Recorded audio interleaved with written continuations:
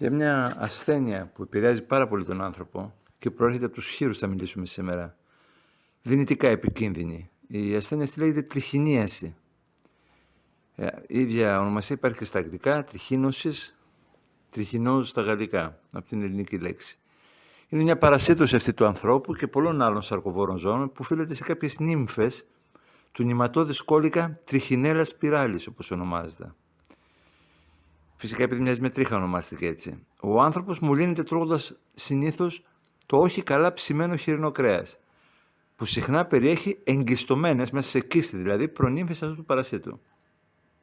Στο στομάχι και το λεπτοέντερο χωνεύεται το τείχομα αυτής της κίστης και οι προνύμφες τότε ελευθερώνονται. Αμέσως εισβάλλουν στο βλενογόνο του λεπτοεντέρου. Ενηλικιώνονται σε μια εβδομάδα μόλις.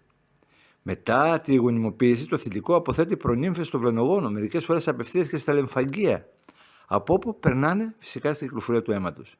Έτσι μεταφέρονται σε όλα τα μέρη του σώματος και ειδικά σε σύραγγες των σκελετικών μειών, όπου φτάνουν εκεί σε ένα στάδιο πάλι εγκιστωμένο, μέσα σε κίστη. Οι μύες που προσβάλλονται συχνότερα είναι το διάφραγμα, οι μύες των ματιών, οι μύες του αυχένα, του τραχύλου, του λάρυγα και της γλώσσας. Στους μυς, οι κίστες των προνυμφών μπορούν να μείνουν ζωντανές χρόνια. Ευτυχώς τελικά συνήθως ασβεστοποιούνται. Ουσιαστικά δηλαδή δεν επηρεάζουν καθόλου τον άνθρωπο. Η τριχινίαση είναι κατά πολύ συχνότερη στην Ευρώπη και φυσικά στη ΣΥΠΑ, παρά σε άλλα μέρη του κόσμου, όπου καταναλώνονται κυρίως το χοιρινό κρέας άλλωστε. Στις ΗΠΑ η επίπτωση αυτής της παρασίτωσης υπολογίζεται με βάση νεκροτομικά φυσικά ευρήματα, που βρέθηκαν ασβεστωμένες τέτοιες ασβεστοποιημένες κίστες, περίπου 15-20%.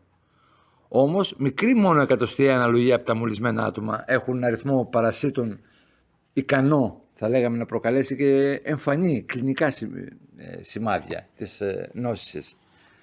Τα σημεία αυτά που μπορεί να καταλάβουμε ότι υπάρχει τέτοιο πρόβλημα είναι η διάρρεια, ναυτία, εμετός, που πράγμα που συμβαίνει και σε πολλές άλλες τέτοιες λοιμώξεις, σε πυρετό στο στάδιο, και ακολουθείται μετά από πόνο, δισκαμψία και είδημα, πρίξιμο δηλαδή στους προσβεβλημένους μύες.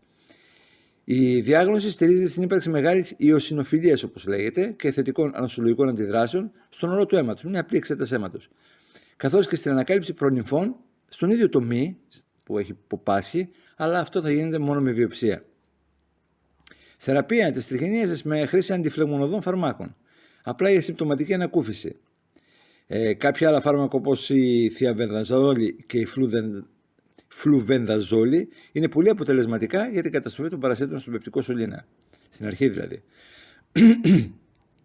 Προληπτικά, επειδή δεν υπάρχει πρακτική μέθοδος για την ανίχνευση σε ευρεία κλίμακα των γουρουνιών που πάσχουν από αυτή την αρρώστια, την τριχινίαση, η ασφαλέστερη μέθοδος συνίσταται στο πολύ καλό ψήσιμο του χοιρινού κρέατος.